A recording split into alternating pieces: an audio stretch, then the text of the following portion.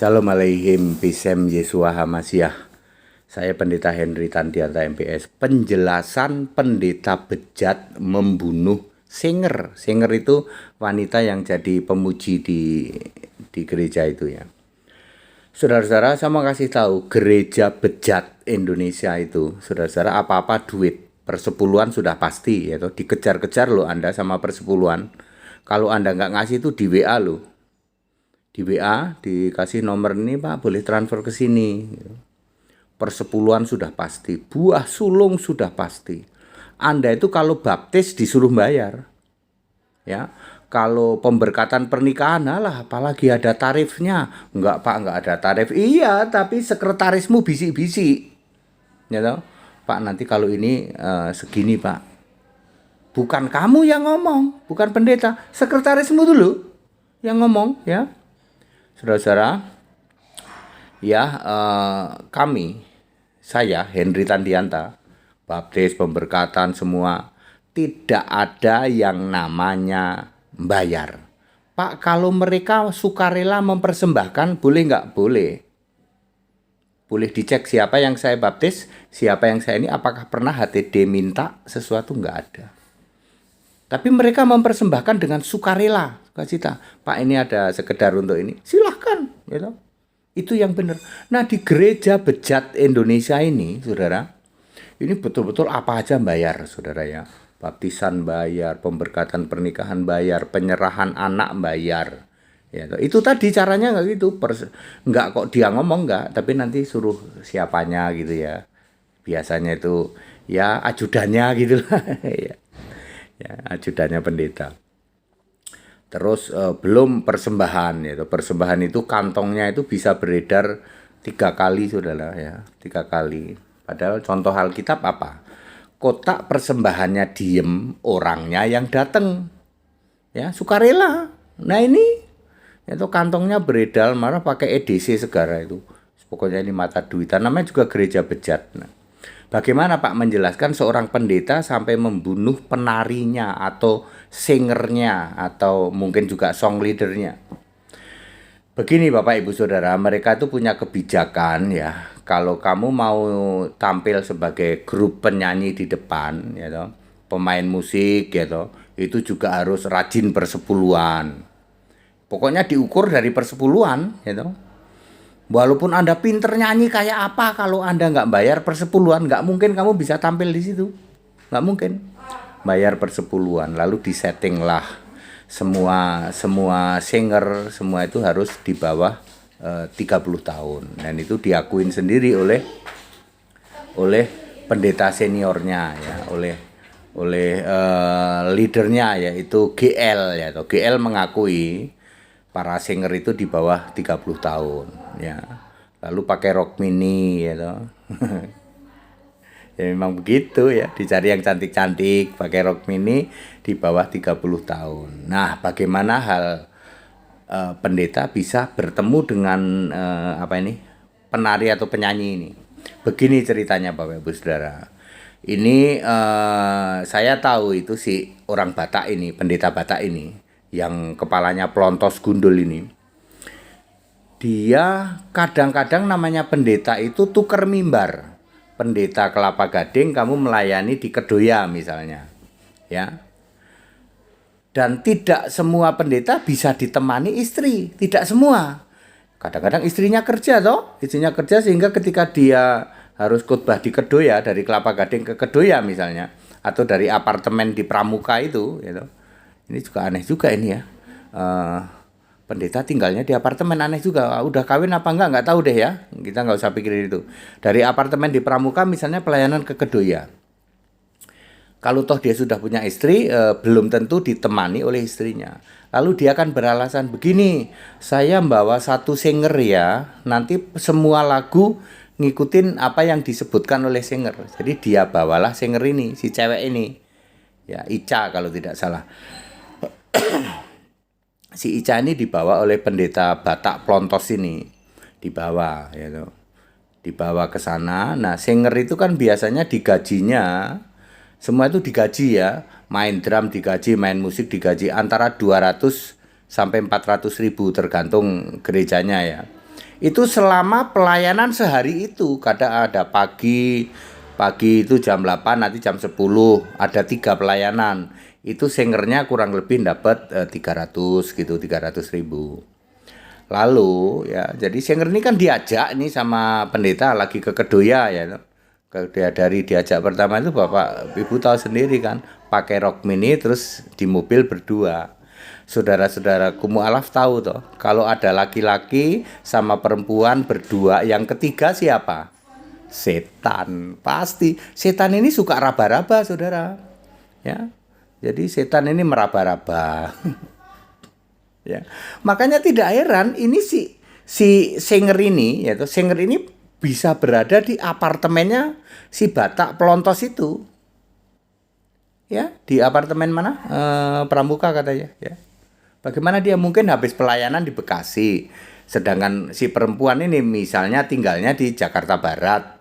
Sebelum lewat itu transit dulu di apartemen dia. Saya nggak tahu ya, kok nggak punya istri, apa cerai atau bagaimana, atau belum punya istri, kita nggak tahu lah. Dia umurnya 40, si cewek ini juga sudah termasuk udah lewat ya. Setahu saya katanya gadis 36 tahun katanya ya.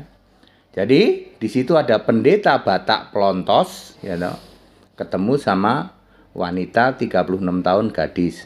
Kalau ada laki-laki sama ada wanita, orang ketiga adalah setan. Ya. Lalu setannya itu bikin marah sehingga mereka berantem. Si pendeta Batak Pelontos dikuasai setan. Ini pendeta dari mana? Ajaran dari mana? Ajaran dari gereja bejat. Ya. Mestinya seorang hamba Tuhan kalau sedang marah bisa kontrol diri enggak? Setidak-tidaknya bisa kontrol diri. Nah, saya enggak ngebayangin itu. Ketika dia melakukan eksekusi, pasti itu semua kata-kata kebun binatang keluar semua itu. Bener? Ya, itu pendeta Batak Pelontos itu sebelum mukul kayak pakai benda tumpul entah pakai apa lah ya. Ya. Padahal tadi habis benda tumpulnya habis dipukul-pukulin. Ini benda tumpul lain ya.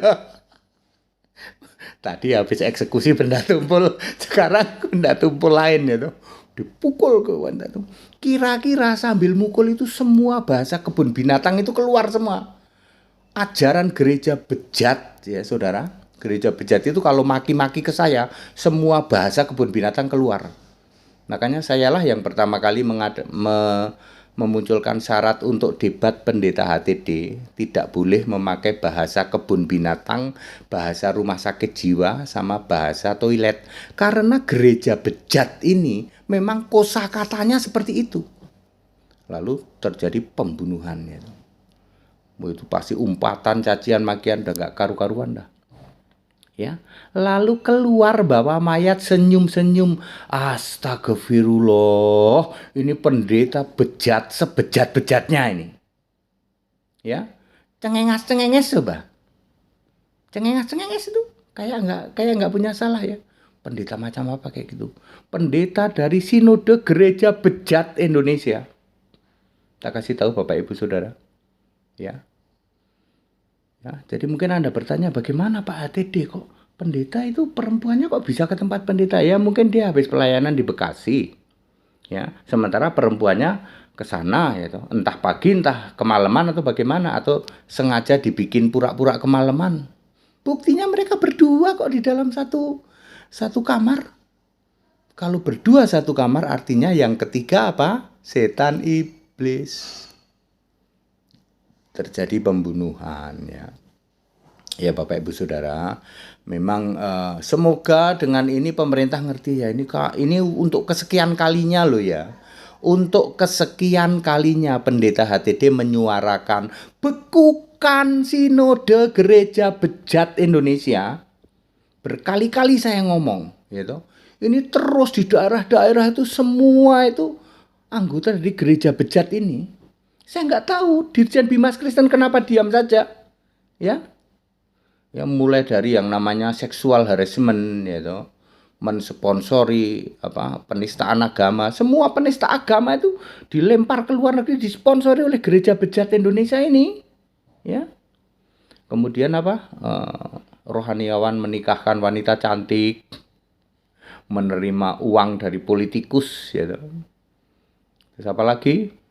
Banyak, termasuk ini pembunuhan. Di Surabaya juga ada pembunuhan juga dari gereja ini juga, di Bogor juga ada. Ya, terjadi pelecehan seksual berpuluh-puluh tahun dari pekerja gereja, wanita pekerja gereja, dia nggak bisa lari ya, karena harus masuk ke situ, diintimidasi demikian, itu puluhan tahun baru ketahuan. Itu ngaku pendeta itu, pendeta dari mana ya, dari gereja bejat ini.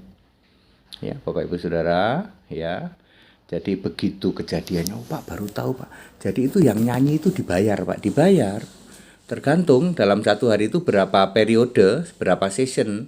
Session pagi siang ini ya antara 300-400 dapat. Yang nggak pernah dipikirkan pada waktu pulang bagaimana ini seorang wanita pulangnya. Ya nebeng pendetanya dong.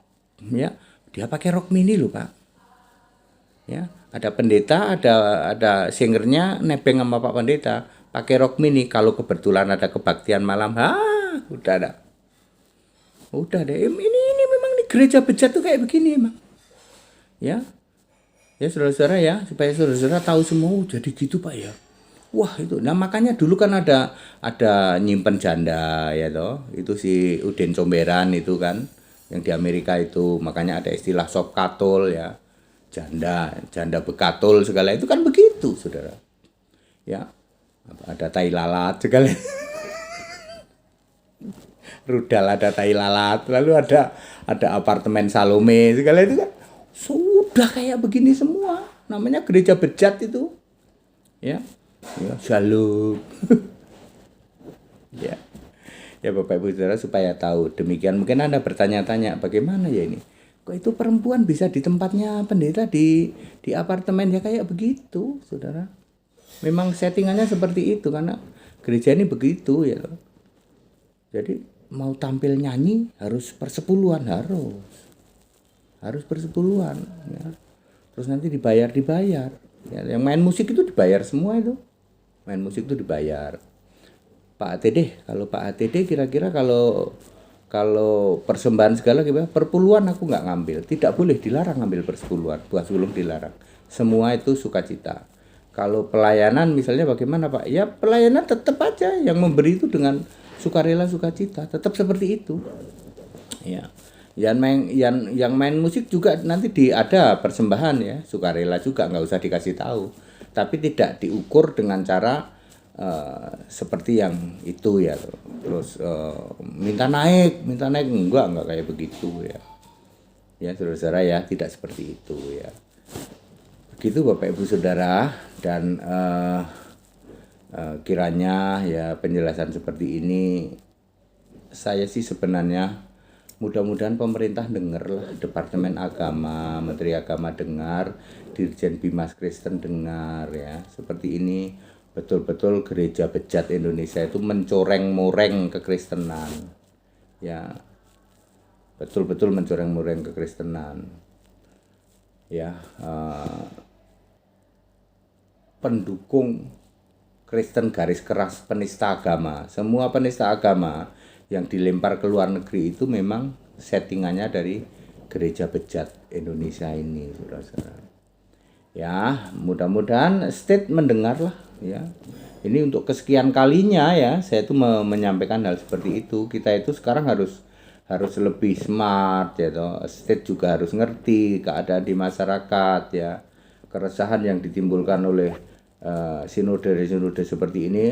State itu harus ngerti sinode itu tidak ada di Alkitab ya, Tritunggal itu tidak ada di Alkitab ya. Semua itu kan muaranya seperti itu. Ayo kembali ke Alkitab. Kamu mudah-mudahan itu dari state ya, dari pemerintah, dari dirjen itu apa dasarnya itu Alkitab gitu loh. Ya ini HTD kan menyuarakan terus seperti itu.